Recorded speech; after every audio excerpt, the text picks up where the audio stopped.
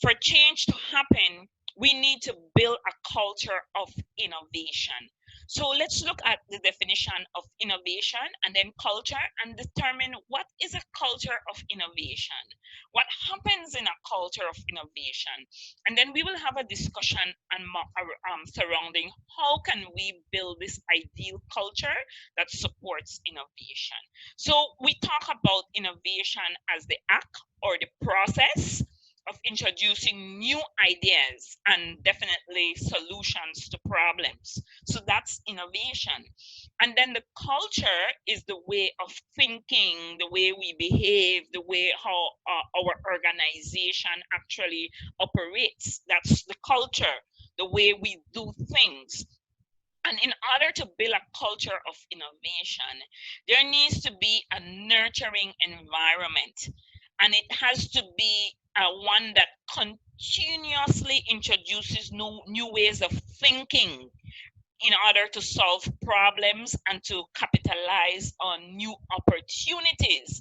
So that is important to note, because imagine the status quo and the big move from the status quo to a culture of innovation where we're actually encouraging people to think. And sometimes that can be a challenge based on your type of leadership when it comes to encouraging people to think, based on many things that we've discussed before. But let's compare these two cultures and what really goes on in these cultures. And as I said in our previous sessions, if you have something to share or some thought that comes to your mind while we're discussing, feel free to just drop it in the chat. So let's look at a few highlights of a culture of status quo versus that culture of innovation. A culture of innovation supports unpredictability. Now, we're not saying you change every single thing. For example, in your classrooms, you most likely have a timetable from 9 to 11. It's this, from that. There needs to be some predictability. Students can't expect that when they come each day they will then find out what they're going to be studying that day, because they have to prepare. So there are some things that holds in terms of predictability, but you want to create some unpredictability, something to look forward to, something that will cause people to think or to spark new ideas, because it's like unpredictability breeds creativity. And then in a culture that is status quo, we seek stability, but not so in a culture of innovation. You're looking for newness. It's always about newness, right? There are some failures that you can expect in that culture of innovation. There's a high failure rate, but that's okay. And it's one of those things that normally inhibits some organizations because they can't afford sometimes to absorb the cost of those failures.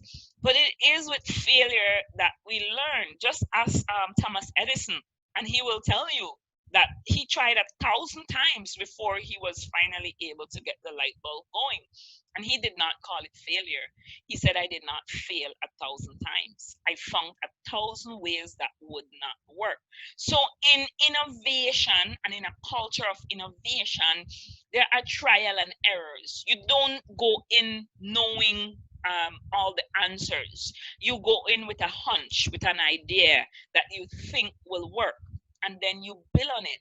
And that is how some of the greatest innovations have come forth, because people had an idea and they were willing to give it a try, and they worked in an environment that supported that change. They supported that innovation. One of the biggest setbacks with building a culture of innovation has to do with the hierarchy. And when we talk about the hierarchy, we have to be mindful. Yes, there needs to be a figurehead. There has to be a figurehead. When somebody comes to Comfort, for example, and say, so who's the principal here? You can't say, well, everybody's in charge here. Don't just, what do you want? You could ask the janitor, and they'll be able to help you. You need a figurehead. You need that structure. You need a hierarchy. But the hierarchy cannot be so regimental that people actually fear the hierarchy, and that all decisions are made at that level of the hierarchy and just filtered down. The rest of us are minions, and we basically are there just to listen and take instructions. We ask what to do, and we are told what to do, and then we go back in our little corners and we do exactly what we're told. If we're told to fold the paper in four, we fold it in four. Even if we look at that paper and say it will look better folded in six, you better fold that paper in four. So the hierarchy is a huge issue when it comes to building that culture of innovation. And I must stick a pin here to commend you guys at the school. And yesterday I had the opportunity to attend the meeting for formers, and what I saw was encouraging to me, because yes, there is a figurehead. There are several figureheads actually, but I did not what I saw was people coming together, and what I saw was a meeting where a lot of people were involved. That's what I saw from the outside. So don't pretend I know. I won't pretend I know what's going on inside. There's always that little internal politics in every organization. But what I saw was people coming together. I saw and I sensed unity. I saw and I sensed that people were working together, and they understood that for this change to happen, it needed to have the support of everyone. In fact, several times when I look around, I didn't even see the principal, or in some instances, the vice principal, because they had other things to do, and they knew that that meeting could run whether they were there or not.